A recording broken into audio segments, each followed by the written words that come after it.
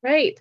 Assalamu alaikum, everybody, and welcome to Daybreak Live, where every Thursday we get together and talk things literary and reading and community and Islamic womanhood empowerment. By the way, yesterday was International Women's Day, so both congratulations and hand holding and support for the rest of the work that's yet to be done to everybody out there who's celebrating International Women's Day. Today, we are blessed to have author Muti'ah Badruddeen. Muti'ah is someone that we've interviewed before. She's not only is she a repeat, she's also going to be with us monthly going forward. We're going to have a section going forward that will be with Muti'ah discussing with us not just the creative side of writing, but also the business side of writing and the marketing side of writing. She's the full 360-degree author. She's someone that Daybreak has been watching and admiring for quite a while now, as her work has been, as obviously her first book, Arakia and Z, won a Daybreak Book Award. And her we've just been watching how she conducts herself, how she gets her name out there, how she serves the readers. She's a, mashallah, she's an excellent author for helping us to learn how to serve our readers and how to look at our business and marketing as serving our readers and building that community of readers. Instead of just something drudgery that we have to do, that so many of us writers kind of look at it and are intimidated by it. So now we have a once a month coach. Welcome, Muti'ah. So good to have you. Thank you so much. Thank you for having me on here. And thank you for the lively words. All right, so Muti'ah is a Nigerian reproductive health physician and homeschooling mom who writes mostly contemporary women's fiction. For her debut novel, Rekia and Z, she was a finalist at the 2022 TLC UK Pen Factor competition and a 2022 winner of the Spring Women Author Prize in Nigeria. Mashallah. Oh, and if you guys, you can't see it because you're not looking at the bio, but it's spelled capital SPRIN, capital NG. So it's Spring NG with MG emphasis, Spring Women Author Prize in Nigeria. Is that an organization or is that just the name of the competition? It's actually an organization. The Spring itself is an organization. And then the Women's Author Prize is a specific prize that was launched by that literary organization. It's really cool. Oh, nice. What do they do? What do they focus on? So the organization is about promoting work of Nigerian writers and, authors. But the award itself, the Women's Prize, is for getting women like recognition in literary circles, because most of the awards, as we know, tend to go to male writers. So this was specifically created, kind of like the Women's Prize in the UK, for specifically Nigerian women authors between the age of 18 and 45, I think. Oh, nice. All right. MashaAllah. That's great. Are you a member of the organization otherwise, or So did they just... no, actually, no. So they call for submission and they have like the eligibility requirements. And I remember I just saw it and I was like, oh, I actually qualify for this. You know what? I'm going to send it in. It was just a spur of a moment. And I was like, you're not going to win, but let's just send it in. And subhanAllah, that just happened. Allah. All right. So Muti'ah's work has appeared in Brittle Paper, The Shallow Tales Review, Overtly Lit, and other journals. When she's not juggling her many balls of life, Muti'ah can be found catching up on her sleep. She is on Twitter and Instagram as @Dean Progress, DEEN PROGRESS.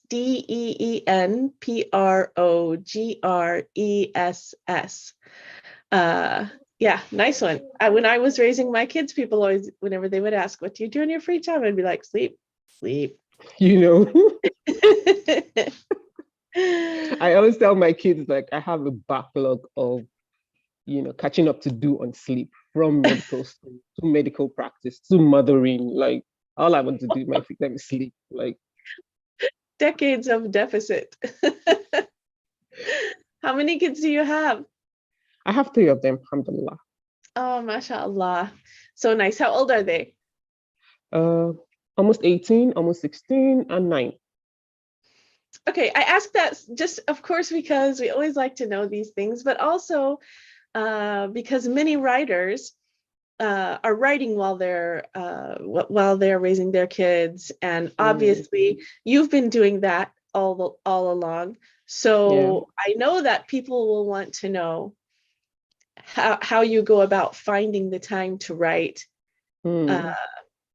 especially when you have kids, especially vis-a-vis having kids at home. So what's your routine? Do you have a specific way that you find that time, or do you snatch it when you can? So when the kids were younger, about the time I started writing Ricky and Z, which should have been like 2015, they were considerably younger then. It used to be in the mornings, when morning chores was done and everybody was out of the house. I had 2 of them then, and then the baby was, the little one was still a baby.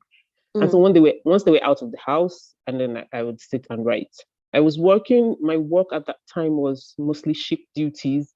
I'd scheduled it in such a way that I only go to work after my kids were back from school. They had tahfiz school that they do in Saudi Arabia. So they go in the mornings, and then when they come at Zuhur, and I take care of them, do blah, blah, blah, then I go to work. So in that short period of time, that was when I used to write, mostly the time I wrote Reiki and Z. Now my kids are bigger. The responsibilities of day-to-day managing on me is not quite as tasking as when they were younger. Yeah. So I can kind of like block my time around my own, schedules. Although I still find that morning is the best time for me to write. So I do that in the mornings. Usually once everybody's settled to their daily activities, then I snatch for myself. I find that I can only write for about 2 hours, 3 hours at most, at a stretch, before then I have to go and do something else. So I try to, protect that time, 1 to 3 hours every day. Not every day, but, most days. Yeah.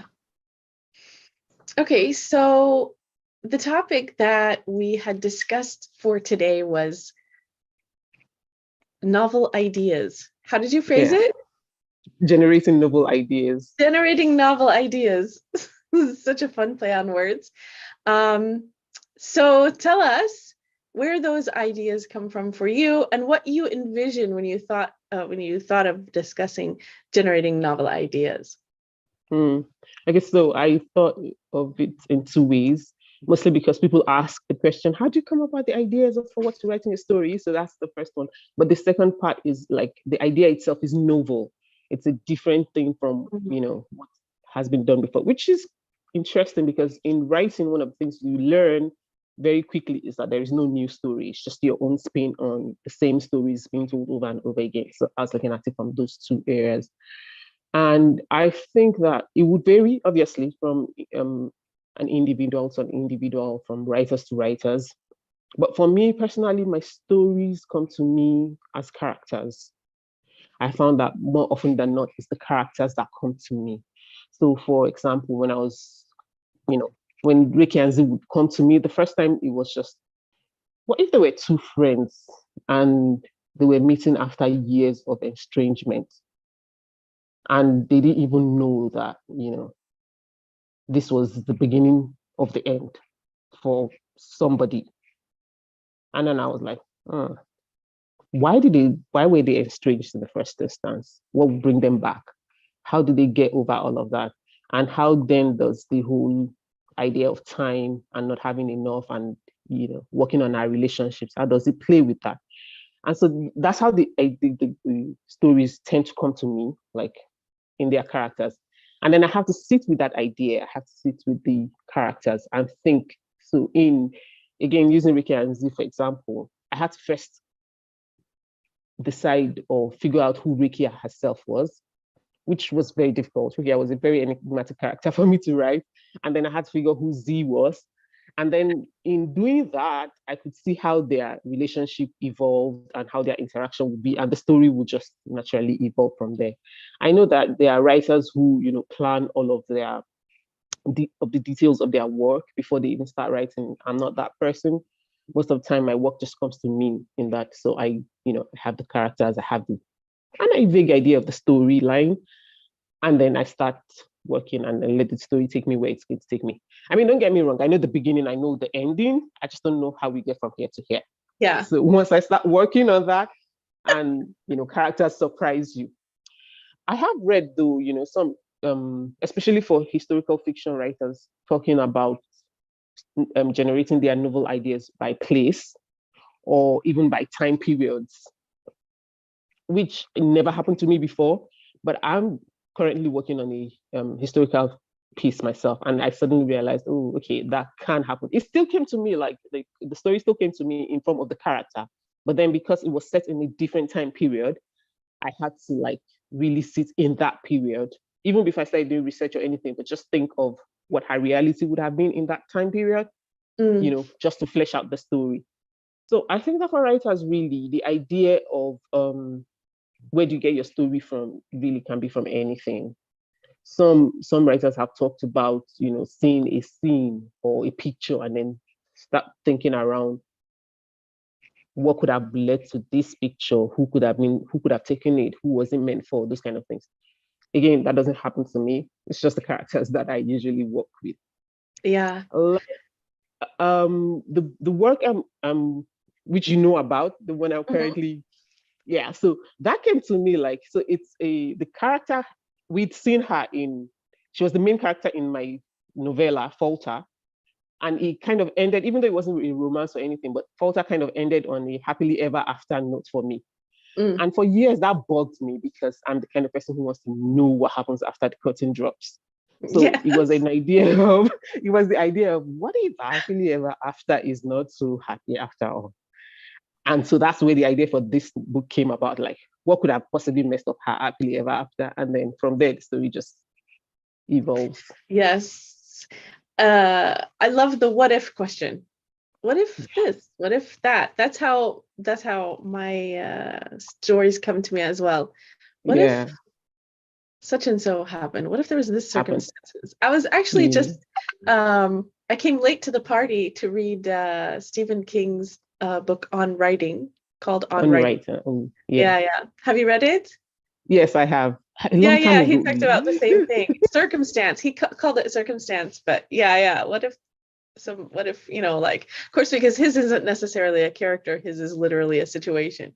What if a car came to life? What if a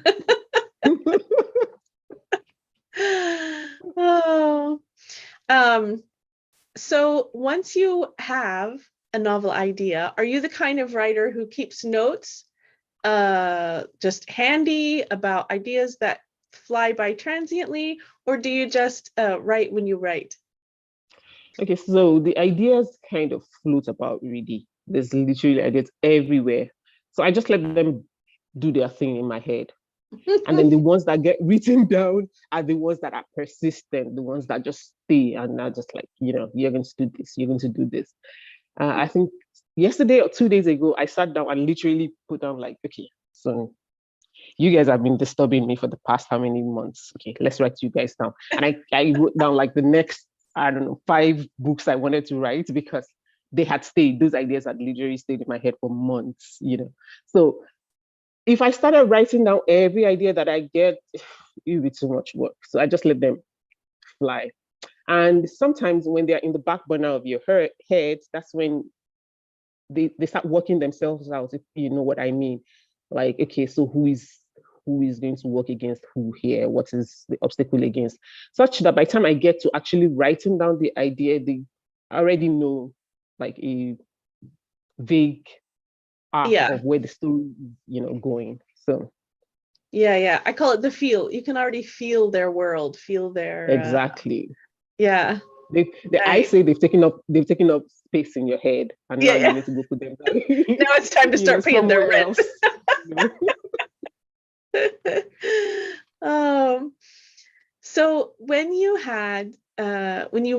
produced the novella, how did you go about publishing it, and how did you go about marketing it, and how was that different from your experience with your first book, Rekia and Z? So Faultless, like, what kind of trajectory did you feel yourself going forward on, as far Okay. as, like, as far as the actual nuts and bolts of getting your book out there? Okay, so Falter had been actually published in Nigeria in 2003, I think, but with a publisher here, a Muslim publisher, and it had done well. It had sold out, and then I just kind of like abandoned the project because life. And then after Ricky and Z came out, people were like, "Oh wait, hold on, you wrote one book. Is this you that had this book?" And then people started asking about that book, and I thought, okay, let's go bring it up. So I brought it back, and I did a bit of editing and all of that, and then I published it, self-published on Amazon. Now, because I'd had the experience with Ricky and Z, I knew that I didn't want to do traditional publishing with it because it wasn't what I wanted to debut on traditional publishing. But at the same time, I knew that I didn't want to do hybrid publishing because I'd done that with Ricky and Z, and I didn't see the advantage per se with my publishers.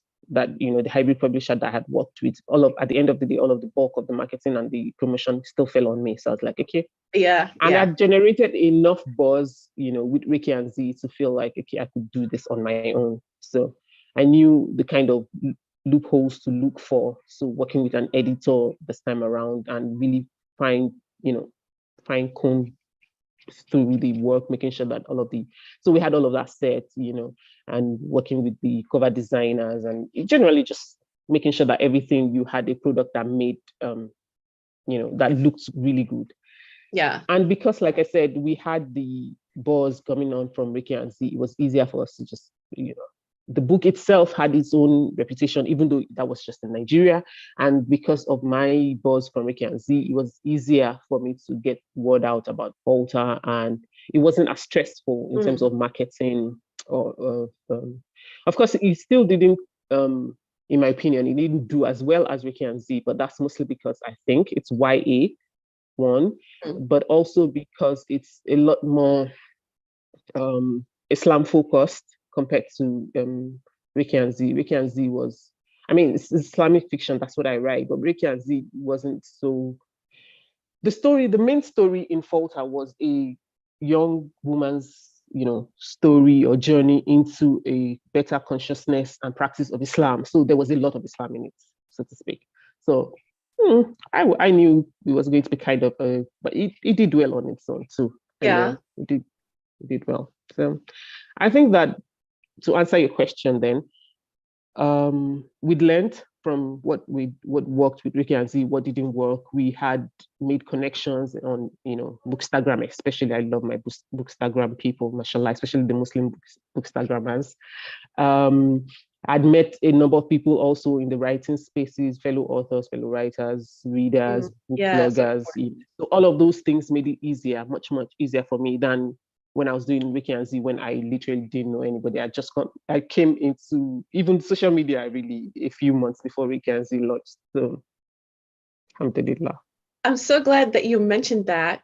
Give us, for example, let's say on a scale of 1 to 10, where 1 is where you just walked onto the scene, and 10 is where it's marketing heaven that we all aspire to.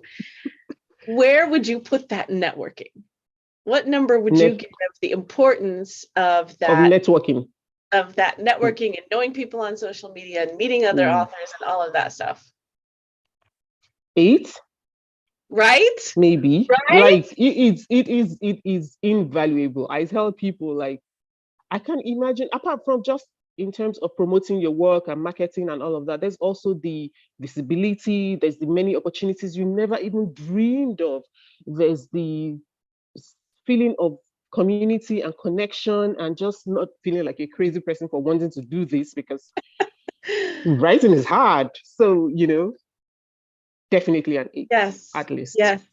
I have found as time has gone on that meeting other writers and networking with other writers, attending conferences, not just for the lectures or whatever that you'll get from the writing conference, but even But just more from meeting those people. relationships. Yeah. Mm-hmm. So important. It really helps develop you as a writer, and it helps develop networks through which you can, that people that you can access who can help you spread the word about your book. And then of course you do the same for them. Yes. Alhamdulillah, very nice. And So writers really they are like really wonderful group of people. We hype each other's work, we support each other. Like, for the most part, at least, I have found that it's a very welcoming community. So cannot be yes, overemphasized.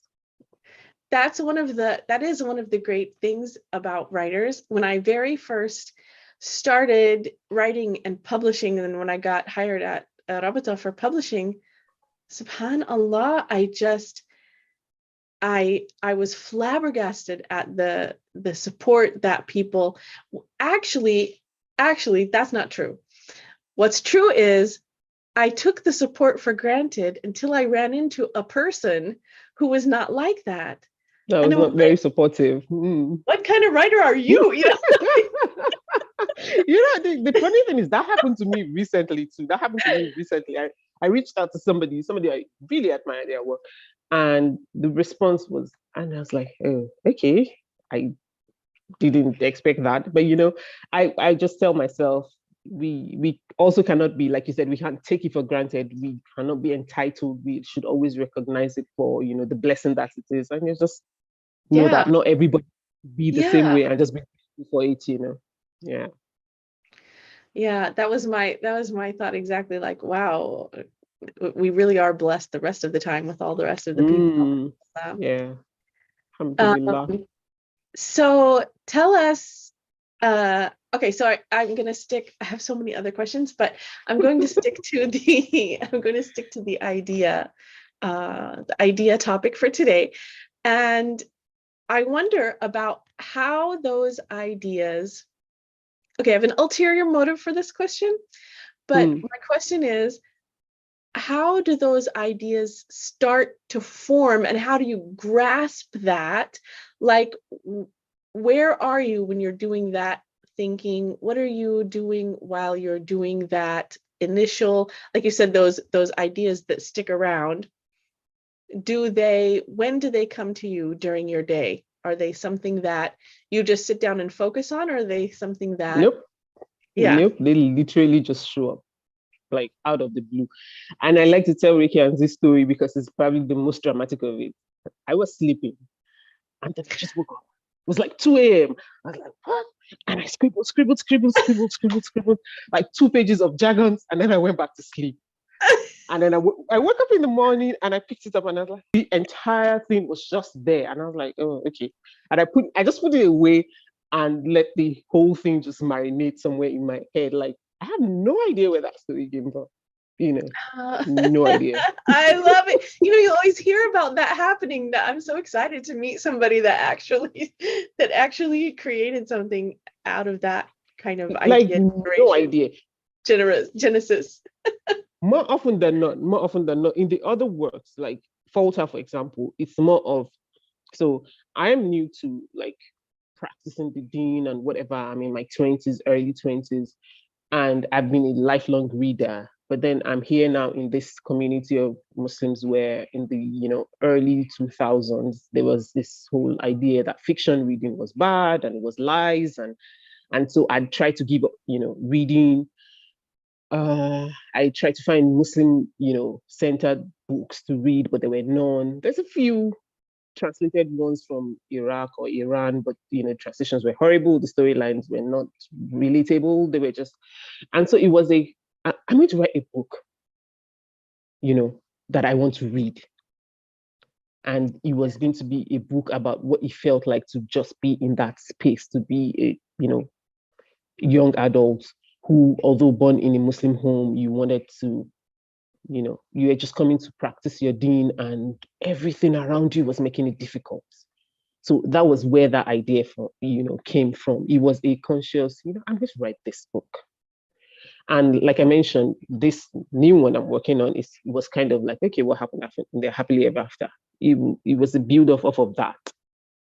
And I mean, I've had story ideas where I think, that would be cool. I want to write a story about a person who is this and this and this, not necessarily because I know such a person, but because I'm thinking, that would be cool.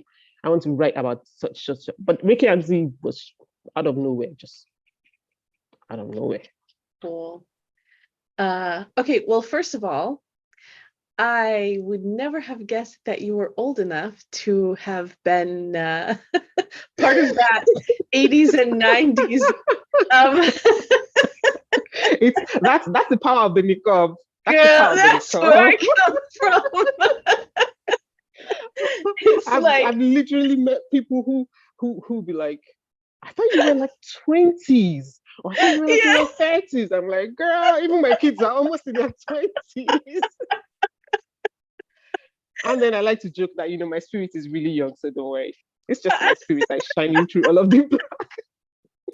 Oh, that's so nice, though. And nice to know that you're a fellow warrior from the 80s and 90s when we had those days trudge down in those trenches to try to find something to read. That something, anything. Subhanallah. Alhamdulillah. Yeah, so the reason I asked that is because I've recently had an epiphany. That is, I have been stealing writing time from myself by listening to podcasts or audiobooks or whatnot while I'm doing chores. I used to use that. I recently realized that I used to use that time for writing, for like world building, ruminating, and like what's gonna happen. Like I put myself mentally in the world of my characters while I was doing those menial tasks. Yeah, and now I've been listening to podcasts and just stuff that keeps my mind busy on something. Your mind else. Occupied. Yeah, so I realized that writing time, how important that time is to protect, and how important it is to see that as writing time, to see that as story development, to see that as valuable time, and not to waste it like that. Yeah, and I think that's probably part of the reasons why, writers traditionally have this reputation for being introverts, because we're in our head, a lot of the time, we're in our own heads. And so if you are not giving yourself, just the quiet to just be in that space, then you're definitely taking from your writing time. Yeah, exactly. All right. Well, it's almost time for us to draw to a close today. Wow, I can't even believe the time has passed. I know. I looked at the clock. I was like, oh my gosh. Just as a reminder, guys, don't forget that she's going to be here once a month. So we can say goodbye more easily because we know that she'll be coming back. But it's also time for this segment that we call Stop the Presses, where we ask 3 questions just for fun and just to get to know you. And I feel like we kind of already have that rapport, but I'm going to ask them anyway. All right. So your first question is, okay, these are, by the way, I didn't warn her ahead of time, but these are sometimes off the wall questions, totally random. Okay. Okay. All right. So the first one is, when is the last time you threw up? Oh, I don't know. I have no idea. Maybe COVID. So maybe 2020. I have no idea. Interestingly, when I was younger, that used to be like my thing. I used to throw up a lot. I remember one of my mother's friends calling her aside and telling her, I should go get her tested. Maybe she's pregnant. But I mean, which I didn't even realize was a thing until I started getting pregnant. I mean, pregnancies were horrible, the vomiting and all of that. But I haven't actually thrown up in a while. Maybe COVID. I don't know. Okay. Yeah, too much All gross. right. Sorry. Okay, good one. It's so funny because I've asked that question of a couple of people, and some people are thrower uppers and some people are just not. They just haven't thrown up in decades, and some people. Okay, so the next one is, if you could domesticate or make a pet of any animal that's not already domesticated, what would it be? Ooh, a lion. Ooh. It's like a male lion, not a lioness. Those ones don't look quite as majestic, but imagine the lion with all of its mane and that really loud roar. Like, that would be so cool. That would Plus, be The Lion King is my favorite friend to movie. have. I like to have All my right. personal Simba. And I love the word that you use, majestic. They're so majestic and so regal. I guess there's a reason they're called king of the animals. Jungle, right?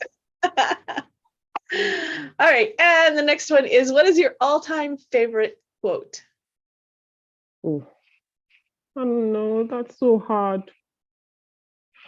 But if it's going to be all-time favorite, then I'm going to have to go with, at the risk of sounding, I don't know, I don't know what somebody else would take it, but I'm going to have to go with the verse from Surah Al-Talaq. وَمَنْ يَتَّقِ اللَّهِ يَجْعَلْ لَهُ مَخْرَجًا وَيَرْزُقْهُ مِنْ حَيْثُ لَا يَحْتَسِبُ. And whoever, has taqwa of Allah, He will provide for them from the means they did not expect. Subhanallah. Aywallah. If I had to pick one, then it have to be that. Okay.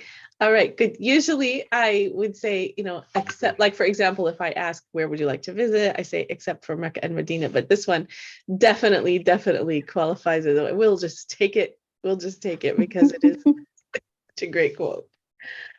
Subhanallah, subhanallah. All right, Muti'ah, thank you for launching your regular guest appearances on Daybreak Live with us today. Don't forget, everyone, that on other Thursdays we meet at 6 p.m. But on Muti'ah's Thursdays, we'll be meeting at 1 p.m. So hers are the second, right? The second Thursday of the second Thursdays. Second Thursday of the month. So every second Thursday of the month, we'll be meeting at 1 p.m. And of course, you can always catch the recording if you happen to miss it at the Rabata YouTube channel. So that's about it for us today from Daybreak Live. Thanks so much for coming, and keep writing. Thank you so much for having me. Muti'ah, so wonderful to have you. So wonderful to have you. And thank you for agreeing to be with us on many Thursdays to come. Inshallah. Thank you so much. Jazakallah khair. All right. Assalamu alaikum.